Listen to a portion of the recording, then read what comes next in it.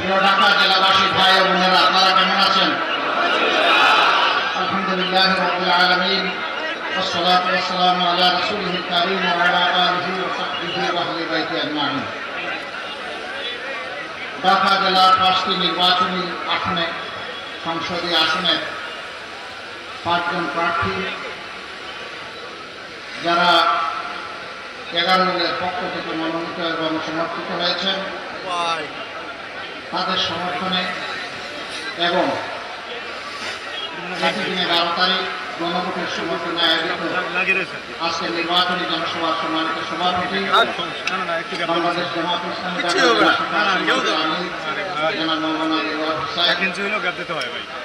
মঞ্চে বসা আমার রাজনৈতিক প্রিয় সহকর্মী, আজকের এই জনসভার বিশেষ অতিথি এনসিপি সম্মানিত আহ্বায়ক নাহিদ ইসলাম, 11 দল অন্যান্য নেতৃবৃন্দ, মঞ্চে বসা শহীদ পরিবারের গর্বিত সদস্যবৃন্দ, উপস্থিত জুলাই যোদ্ধাবৃন্দ, মা এবং বোনেরা, প্রিয় ঢাকাবাসী, সাংবাদিক বন্ধুগণ, আমরা আল্লাহ তাআলা শুকরিয়া আদায় করছি। এই জাতি 2024 সালের 1 আগস্ট চিন্তাও করেনি 2026 সালের 31শে জানুয়ারি এখানে আমরা দাঁড়াতে পারব। এই জাতি চিন্তা করেনি 26 সালের 12 ফেব্রুয়ারি একটা নির্বাচন অনুষ্ঠিত হবে। এই জাতি চিন্তা করেনি ফ্যাসিস্টরা এইভাবে অপদস্থ হয়ে বাংলাদেশ থেকে পালাতে বাধ্য হবে। এই জাতি চিন্তা করেনি সারা বাংলাদেশ ছোট রক্ত আর কাড়ি কাড়ি লাশ থেকে রেহাই পাবে। যারা 15.5 বছর ফেসিবাদ কায়েম করে রেখেছিল, বাংলাদেশের সমস্ত শেয়ার মার্কেট লুট করেছে, জনগণের পকেট কেটেছে, চাঁদাবাজির সর্বরাজ্যে বাংলাদেশকে পরিণত করেছে, দুর্নীতিতে দেশকে ডুবিয়ে দিয়েছে। তারা মানুষকে আপনজনের বুক থেকে ধরে নিয়ে গুম করে আয়না করে ফেলে রেখেছে। দিন নয়, সপ্তাহ নয়, মাস নয়, বছরের পর বছর আপনজনরা জানতেন না তারা বেঁচে আছেন নাকি দুনিয়া থেকে বিদায় নিয়েছেন। তারা জানতেন না তারা কোথায় পড়ে আছেন। খবরের সাইজের একটা ঘরের মধ্যে বছরের পর বছর ওখানেই টাকা, ওখানে পেশা, ওখানে পায়খানা, ওখানে খাবার, ওখানে বিচল, ওখানে সব কিছু। আপনারা ইচ্ছা করলে দেখে আসতে পারেন। জুলাই স্মৃতি জাদুঘর বানানো হয়েছে। স্বৈরাচার যে জায়গা থেকে বসে বসে সারা দেশটাকে জুলুমের রাজ্যে, হত্যা এবং খুনের রাজ্যে, ধর্ষণ এবং লুণ্ঠনের রাজ্যে পরিণত করেছিল সেই গণভবন। সেখানে আয়নাগরের একটা প্রতীকী প্রকৃতায় সেখানে বানিয়ে রাখা হয়েছে। সময় যারা পান একটু দেখে আসবেন। স্বৈরাচারের অনেকগুলো চিহ্নবর্ণ সেখানে রেখে দেওয়া হয়েছে। এটা আগামী বিশেষ করে যারা দেশ করবে তাদেরকে এটা দেখে এখান থেকে শিক্ষা নেওয়া উচিত। মানুষের সাথে জুলুম করলে তার পরিণতি কি হতে পারে, এই জাদুঘরটা দেখলে তার অনেক কিছু বোঝা যাবে বলে আমি বিশ্বাস করি। সম্মানিত ভাই বোনেরা, এই বাংলাদেশের মধ্যে প্রিয় জন্মভূমি, যারা এই দেশকে ভালোবাসে, মানুষকে ভালোবাসে, তারা এই দেশের মানুষকে একটু শান্তি উপহার দিতে চায়। আর যারা দেশ এবং মানুষকে ভালোবাসে না, তারা মানুষকে কষ্ট দেয়। এত নির্যাতন, এত জ্বালাতন একটা দলের উপর করা হয়েছে, যার শীর্ষ 11 জন নেতাকে প্রতিহিংসা বশত মিথ্যা অভিযোগ দিয়ে হত্যা করা হয়েছে। 1000 কর্মীকে দুনিয়া থেকে বিদায় দেওয়া হয়েছে, যারা বিচারের বিটা পর্যন্ত চোখে দেখে নাই। কোথায় কিভাবে মেরে খালে বিলে তাদেরকে ফেলে দেওয়া হয়েছে সে দুঃখের কাহিনী এখন বলার সময় নেই। অফিস বন্ধ করে রাখা হয়েছে 13.5 বছর। দলের নিবন্ধন কেড়ে নেওয়া হয়েছে, প্রতীক ওজন করে ফেলার চেষ্টা করা হয়েছে। দিশাহারা হয়ে শেষ পর্যন্ত দলটাকেই নিষিদ্ধ ঘোষণা করা হয়েছে। নেতৃবৃন্দের বাড়িঘর বোর্ড হবে যে আল্লাহ তাআলা যখন আমাদের বুকের সন্তান, আমাদের গর্বের সন্তান, আমাদের যুব সমাজের নেতৃত্বে যে বিপ্লব সংগঠিত হয়েছিল তার বিনিময়ে আল্লাহ তাআলা আগস্টের 5 তারিখে জাতিকে মুক্ত করলেন। আমরা মিছিল করলাম না, উচ্ছ্বাস প্রকাশ করলাম না, কারোর উপর প্রতিশোধ নিলাম না, আল্লাহ তাআলার নিয়ামতের শুকরিয়া আদায় করে আমরা সেজদায় পড়ে গেলাম। আমরা সে রাতেই ঘোষণা দিলাম আমরা কোনো প্রতিশোধ নেব না, তবে ক্ষতিগ্রস্ত পরিবার এবং ব্যক্তি তিনি যদি আইনের আশ্রয় নেন আমরা তাকে সর্বাত্মক সহযোগিতা করব। ন্যায় বিচার পাইতে আমরা যা কিছু করার দরকার তাই করব। আমরা আমাদের সহকর্মীদেরকে অনুরোধ জানালাম আপনারা শান্ত থাকুন, জানি অন্তরে অনেক কষ্ট এবং দেশের শান্তি শৃঙ্খলা ফিরিয়ে আনতে নিজেরা অবদান রাখুন। আপনারা সাক্ষী সারা বাংলাদেশে সমস্ত ধর্মীয় প্রতিষ্ঠান, ভালনারেবল হাউসেস, বিভিন্ন ধর্ম বর্ণের মানুষের জীবন এবং সম্পদ, তাদের ইজ্জত পাহারা দেওয়ার জন্য 15টা দিন আমাদের লক্ষ লক্ষ সহকর্মী সারা বাংলাদেশ পাহারা দিয়েছে। দিনে দিয়েছে, দুপুরে দিয়েছে, রাতে দিয়েছে, বিশ্রাম নেয় নাই। কেন? আমরা এই দেশকে ভালোবাসি। ব্রিটিশ সরকারের সড়কমন্ত্রী বলেছিলেন আওয়ামী লীগ ক্ষমতা থেকে বিদায় নিলে 2 দিনে 5 লক্ষ মানুষ খুন হবে। আল্লাহর শেষ মেহেরবানি, 5 লক্ষ নয়, 5,000 নয়, 500 নয়, 5 জন নয়, 2 দিনে খুন হয় নাই। কারণ তারা এ দেশের প্রতি তাদের দায় এবং গৌরব ছিল না। কিন্তু তারা আমার বলতে দেশবাসী আমার অমুক নাই, তমুক নাই, আপনারাই আমার সব। তাদেরকে যদি প্রশ্ন করা হতো দায়ী কেন, আপনার ছেলে কোথায়, মেয়ে কোথায়, একটু জবাব দেন। তারা কি এই দেশে থাকে? তাদের কোনো জবাব ছিল না। তারা দেশটাকে এতই ভালোবাসেন, ছেলে মেয়েদেরকে দূরে, বহু দূরে অন্য দেশে নিরাপদে পাঠিয়ে রেখেছেন। আর মানুষের রক্ত নিয়ে বাংলাদেশে তারা খেলা করেছেন, জীবন নিয়ে খেলা করেছেন। এরা হিপোক্রেট, এরা দুর্নীতিবাজ, এরা মুনাফিক। এরা যা বলতো তা করতো না, যা করতো তা জাতিকে জানতে দিত না। আপনাদের পাশ দিয়ে বয়ে গেছে বুড়িগঙ্গা। সেই শীতলতার বুড়িগঙ্গা কত মায়ের বুকের সন্তানের সাক্ষী কেউ জানে না। তাদেরকে হত্যা করে বুক এবং পেট ছিঁড়ে সেখানে ইট ঢুকিয়ে দেওয়া হয়েছে, তারপরে গামছা দিয়ে বেঁধে নদীতে ফেলে দেওয়া হয়েছে।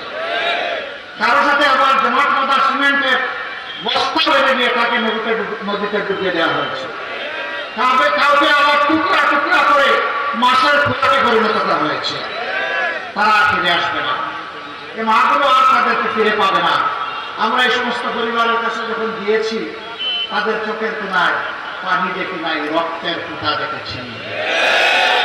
রক্তের ফোঁটাগুলো ছিল তাদের আপনজন প্রিয়জনের, যাদেরকে তাদের বুক থেকে ছিনিয়ে নেওয়া হয়েছিল। এত গেল এক দল। আরেক দলের অবস্থাকে যদি জিজ্ঞেস করতো বাবা আমার ছেলেটাকে বেঁচে আছে নাকি চলে গেছে, যদি বেঁচে থাকে তোমরা কি জানো কোথায় আছে, আর যদি চলে যায় তোমরা কি জানো আমার বাবার কবরটা কোথায় আছে। যদি সে চলে যায়, যদি তাকে খুন করা হয়, আমার কলিজার টুকরা, আমার নাড়ি ছাড়া ধন, তার কবরটা একটু দেখিয়ে দাও, হাত দিয়ে তার মাটি ছিঁড়ে বুকে লাগাবো, কপালে লাগাবো। মহাদের কাছে আমাদের কোনো জবাব ছিল। 25 শিশুরা হাত করে টেনে নিয়ে যেত দেয়ালের পাশে, তার মতো করে একটা ছবি এঁকে রেখেছে, ও তো এটা আমার বাবা। আমার বাবা কি আসবে? এই অবুঝ শিশুকে জবাব দেওয়ার মতো কোনো ভাষা আমাদের চোখে এবং বুকে ছিল না। এই ছিল বাংলাদেশের দৃশ্য। আল্লাহ তাআলা নাজাত দিলেন, আমরা শুকরিয়া আদায় করলাম। আমরা তৎক্ষণাৎ চলে গেলাম শহীদ পরিবারগুলোর কাছে। এখানে আজকে উপস্থিত একটা পরিবার, তারা আমাকে জানালেন আমরা যাইনি। আমি দারুণ লজ্জিত, আমি ক্ষমা চাই, আমি যাবো, আমি যাবো, আমরা যাব। আমরা চেয়েছি প্রত্যেকটা শহীদ পরিবারে পৌঁছে যাবে, তাদের দুঃখের অংশীদার হয়ে বলি, দুঃখ আজকে নিতে আসে নাই, দুঃখের অংশীদার হতে এসেছে। এবং আমরা এসেছি আপনাদের পরিবারের সদস্য হতে। মেহরবানি করে আপনাদের পরিবারের সদস্য হিসাবে আমাদেরকে কবুল করুন। ও জায়গায় গিয়েছি, এই নারায়ণগঞ্জের সাইনবোর্ডে সুমাইয়া নামে একজন যুবতী মহিলা, বুকে তার 2 মাসের বাচ্চা। তিনি দাঁড়িয়েছিলেন ব্যালকনিতে, আকাশ থেকে ছোড়া জালিমের ভুলে তাকে অপর করে দিল, ফুলের বাচ্চাটা ছিটকে করে দিল, 2 মাসের বাচ্চা। আমি তার বাচ্চা সুমাইয়াকে দেখতে গিয়েছিলাম। তার স্বামী ছিল একজন গার্মেন্টস কর্মী। এই বাচ্চাটাকে যখন তুলে নিলাম মনে হলো একদিন বাচ্চাও বড় হবে। প্রথমে বাচ্চার মুখে মা শব্দটা দিবে, এই বাচ্চার মুখে যখন শব্দ ঢুকবে তখন মা হিসাবে তাকে পাবে। আমার রাজশাহীতে নারায়ণগঞ্জের একজন গার্মেন্টস শ্রমিক কর্মী, সে 1 তারিখ আগস্ট মাসে চলে গেছিল তার বাড়িতে। 4 তারিখ সে সবাইকে পানি খাওয়াচ্ছে, কলসি নিয়ে সেখানে চলে গেছে। কলসির পানি শেষ, ছুঁড়ে মেরে কলসি এবং গ্লাস যেটা ছিল চলে গেছে মিছিলে, গুলিয়ে এসেছে, শেষ হয়ে গেছে। আমি তাদের যখন খবর নিতে গেলাম, তার মা, তার স্ত্রী, তার ভাই 3 জন আসলেন, বসলেন। জিজ্ঞেস করলাম, যখন মেয়েটাকে জিজ্ঞেস করলাম, মা তুমি কেমন আছো? বললো, আপনি আমাকে মা ডেকেছেন, একটু সান্ত্বনা পেলাম, আমি আলহামদুলিল্লাহ ভালো আছি। কিন্তু বলে যে কান্না শুরু করলো, এখন তো পাবে না।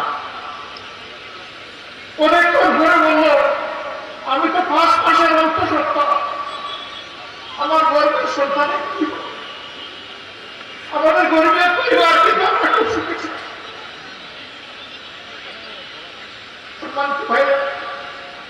এই 2 পরিবার সহ কিছু কিছু পরিবারের দায়িত্ব আল্লাহর পর ভরসা করে নিয়েছি।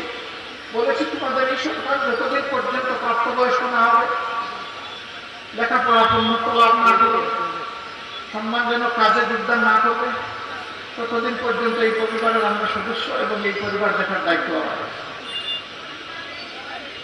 আলহামদুলিল্লাহ, একথা যেন অনেকে এগিয়ে এসেছে, আমাদের দায়িত্ব তারা চিন্তাই করে আমাদের হাত থেকে নিয়ে গেছেন, বলছেন আমাদেরকে সুযোগ দেন, আমরা তাদেরকেও সুযোগ দিয়েছি। এই দুঃখের কাহিনী বলে শেষ করা যাবে না। এই সব কিছু যখন আল্লাহ শেষ করে দিলেন, বড়ই আশা করেছিলাম সবাই আল্লাহ শুকরিয়া আদায় করবে। আমাদের যুবক যুবতী যারা একটা আকাঙ্ক্ষা নিয়ে লড়াই করেছিল, বুক চিপিয়ে, তাদেরকে সম্মান করবে। আফসোস, কেউ কেউ তাদেরকে অপমান অপদস্থ করতে লাগলো, তুচ্ছ তাচ্ছিল্য বলে কথা বলতে লাগলো, তাদেরকে কোনো পাত্তাই দিতে লাগলো না, এইটাকে কোনো স্বীকৃতিই দিতে চাইল না।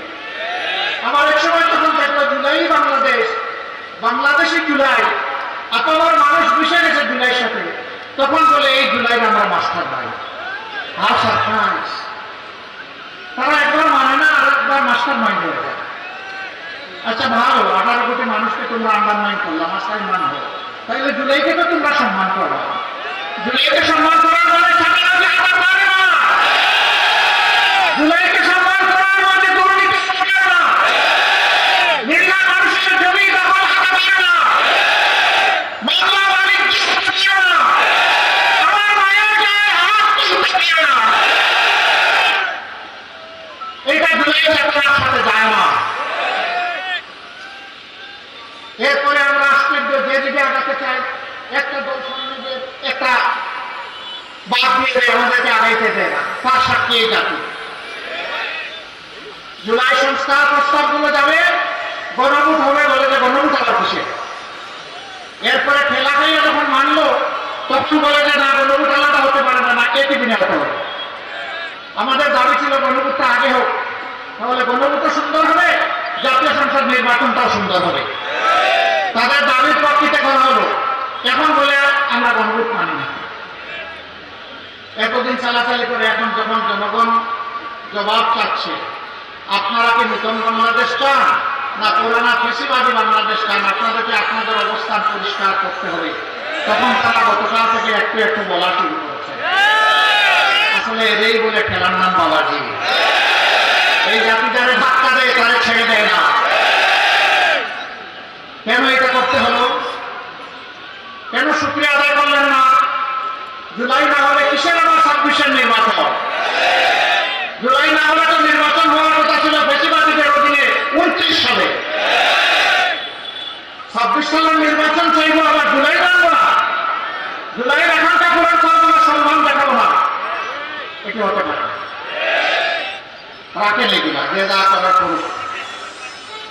আমরা স্পষ্ট কণ্ঠে ঘোষণা দিয়েছি, আমরা ইনশাআল্লাহ এই বাংলাদেশকে দুর্নীতি মুক্ত করে ছাড়ব, চাঁদাবাজ মুক্ত করে ছাড়ব, মা বোনদের ইজ্জত প্রতিষ্ঠা করে ছাড়ব, শিশু আবাস ভিত্ত বনিতার নিরাপদ বাংলাদেশ ইনশাআল্লাহ উপহার দেব। আমরা বলেছি বাংলাদেশে আর কোনো ব্যাংক ডাকাতের অস্তিত্ব থাকবে না। আমরা বলেছি আর কোনো শেয়ার মার্কেট লুট করার দুঃসাহস কেউ দেখাবে না। আমরা বলেছি আর ঘরে ঘরে চাঁদার নামে ডাকাতি করার সুযোগ দেব না। সেই পরিবর্তনের বাংলাদেশ আপনারা চান কিনা? আপনারা চান? আমরা কথা দিচ্ছি, কথা যেমন জাতির সাথে আমরা 5 আগস্টের পর রেখেছি, অতীতে একটা বাদ দিলাম, রাখেন কে কি করেছে, অনেকে গুপ্ত সূক্ষ্ম আরো কত কিছু বলেন, ভাই এগুলার কোনো সীমানা নাই। নিজেই যারা গুপ্ত হয়ে উদায় হয়ে গিয়েছিল বছরের বছর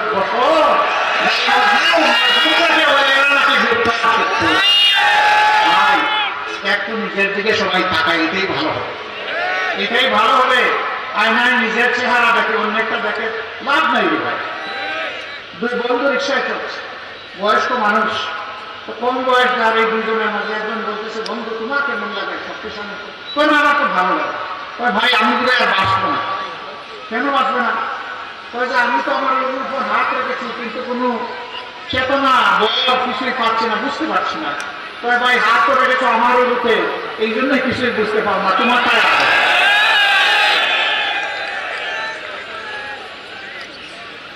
ঢাকাবাসী, আপনারা রাজধানী গড়ে দিয়েছেন, ইনশাআল্লাহ আপনারা দেশ গড়ায় অগ্রণী ভূমিকা পালন করবেন। এই জন্য আমি আহ্বান জানাই, আমাদের যুব সমাজের আকাঙ্ক্ষা, আমাদের মা বোনদের আকাঙ্ক্ষা বাংলাদেশ গড়ে দেওয়ার জন্য আপনারা এগিয়ে আসুন।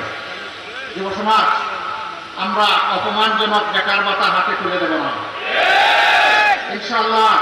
আমাদের যুব সমাজ দাবি করেছিল উই ওয়ান্ট জাস্টিস, তারা তাদের অধিকার রাইটস চেয়েছিল, সেই রাইটস দিতে অস্বীকৃতি জানানোর কারণে তারা পালিয়ে এসে যারা এটা অস্বীকার করেছে, তারা কারো কাছে মিছিল করে গিয়ে বলে নাই বেকার ভাতা চান।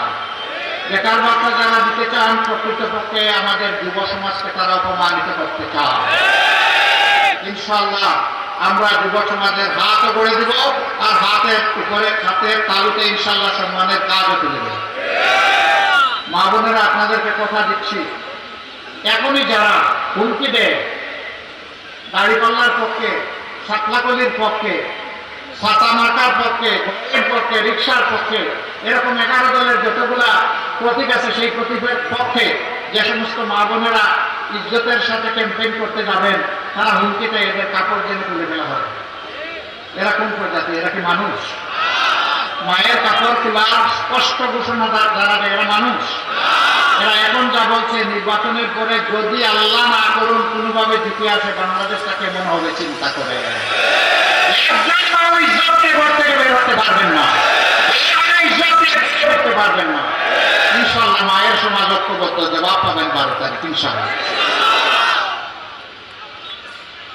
আমরা এই পরিবর্তনের পক্ষে প্রথম ভোটটি দিব গণভোটের হাত। কিসে দেব? ইনশাআল্লাহ আপনারা দিবেন, আপনাদের আত্মীয়স্বজন, প্রিয়জন, আপনজন সবাইকে নিয়ে দিবেন, কর্মস্থলের সাথী এবং প্রতিবেশীকে নিয়ে দিবেন। কারণ এই হেয়ারটের নামই হচ্ছে আগামীর বাংলাদেশ। এই হাউটের নাম হচ্ছে আগামী, মাউটের নাম হচ্ছে গুলামি। আজাদি না গুলামি, আজাদি না গুলামি। ইনশাআল্লাহ হাউটের জয় হবে ইনশাআল্লাহ। এরপরে ভোটটা হবে একটি ন্যায় এবং ইনসাফ ভিত্তিক, দুর্নীতি মুক্ত, চাঁদাবাজ মুক্ত, খুনির উপেরা মুক্ত, মা বোনদের ইজ্জত হরণকারী যারা করতে চায় তাদের মুক্ত একটা বাংলাদেশ গঠন করার জন্য। তার সাথে থাকবে আবরার ফায়দা হাদি, শহীদ হাদির স্বপ্ন, আধিপত্যবাদ মুক্ত বাংলাদেশ। সেই বাংলাদেশ আমরা উপহার দিতে চাই। আপনারা থাকবেন আমাদের সাথে। এবার আমি আপনাদের সঙ্গে পরিচয় করিয়ে দিচ্ছি। ঢাকা জেলার 5টি আসনে 11 দলের পক্ষ থেকে যাদেরকে মনোনয়ন দেওয়া হয়েছে, সেই সমস্ত সম্মানিত ভাই এবং বোনদেরকে মনে রাখবেন, এর বাইরে 11 দলের কোনো প্রার্থী নেই। এরাই হচ্ছেন 11 দলের সমর্থিত প্রার্থী। ঢাকায় 1 আসন, এই আসনটা নবাবগঞ্জ এবং দোহার নিয়ে। এখানে আমরা বিশিষ্ট আইনজীবী ব্যারিস্টার নজরুল ইসলামকে দান করতে, আমরা দান করতে দান দিয়ে ব্যারিস্টার নজরুল ইসলামকে 11 দলের পক্ষ থেকে আমরা আলহামদুলিল্লাহ ইনসাফের প্রতি দাঁড়িপাল্লা তার হাতে তুলে দিলাম।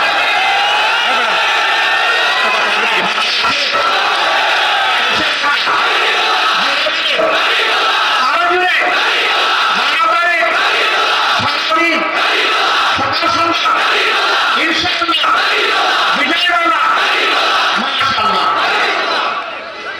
এরপরে ঢাকা 2 কেরানীগঞ্জ সভা সাবেক সেনা কর্মকর্তা, অবসরপ্রাপ্ত সেনা কর্মকর্তা, এক লড়াকু যোদ্ধা, আলহামদুলিল্লাহ ফেসিবাদের পুরা সময় জুড়ে ফেসিবাদ বিরোধী আন্দোলন তিনি চালিয়ে গেছেন।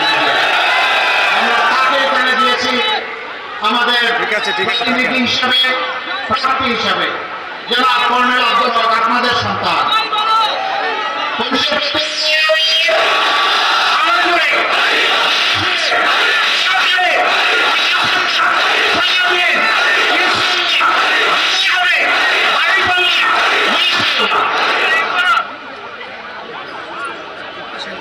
এরপরে ঢাকা 3 কেরানীগঞ্জ দক্ষিণ অধ্যক্ষ শাহিনুল ইসলাম, দীর্ঘদিন ধরে এই সমাজসেবক, এই রাজনীতিবিদ, আপনাদের সকলের কাছে খুবই পরিচিত, অত্যন্ত অমায়িক স্বভাবের মানুষ, একেবারে পানির মতো স্বভাব।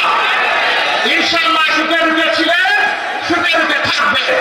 সেই মানুষটাকে আপনারা আপনাদের ভালোবাসা, দোয়া, সমর্থন, ভোট দিয়ে নির্বাচিত করবেন ইনশাআল্লাহ।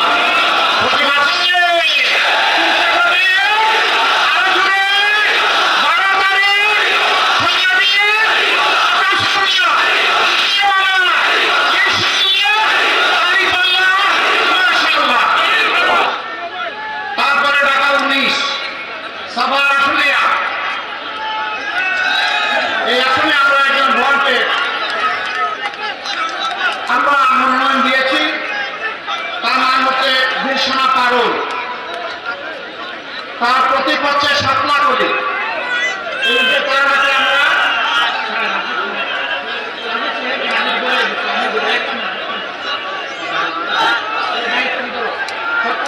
জাতির দায়িত্ব নিতে হবে, হালকা করে ধরলে হবে না। আরো এই প্রতীক আছে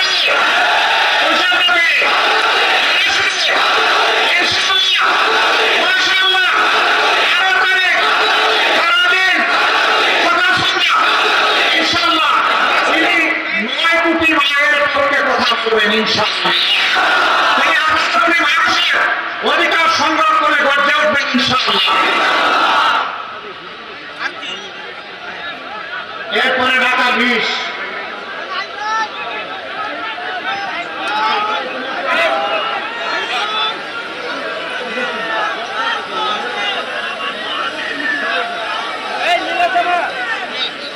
ঠিক আছে অসুবিধা নাই। তুমি কি অস্ট্রেলিয়া ছিল? বাড়ি কোথায়? সে অস্ট্রেলিয়ায় ছিল বিলাসবহুল জীবনে। যুবক যুবতীদের রক্ত, মা বোনের চোখের পানি, এটা দেখে আর অস্ট্রেলিয়ার ওই বিলাসবহুল জীবন পছন্দ করে না। ওইটাকে পিছিয়ে ফেলে নাগরিকত্ব পায়ের তলে ফেলে চলে এসেছে। তার জন্য দোয়া করবেন ইনশাআল্লাহ। এরপরে আমরা ধামরাই উপজেলা ইঞ্জিনিয়ার নাবিলা কাশ্মীর, সে কুয়েত থেকে আলহামদুলিল্লাহ গ্রাজুয়েশন করেছে। ট্রিপল এইচএস ইঞ্জিনিয়ার আলহামদুলিল্লাহ। আমরা নতুন প্রজন্মের হাতে নতুন প্রযুক্তি তুলে দেবো ইনশাআল্লাহ। এই প্রযুক্তির একজন নিয়ামক হিসাবে সে কাজ করবে, তার জন্য দোয়া করবেন। প্রতীক আছে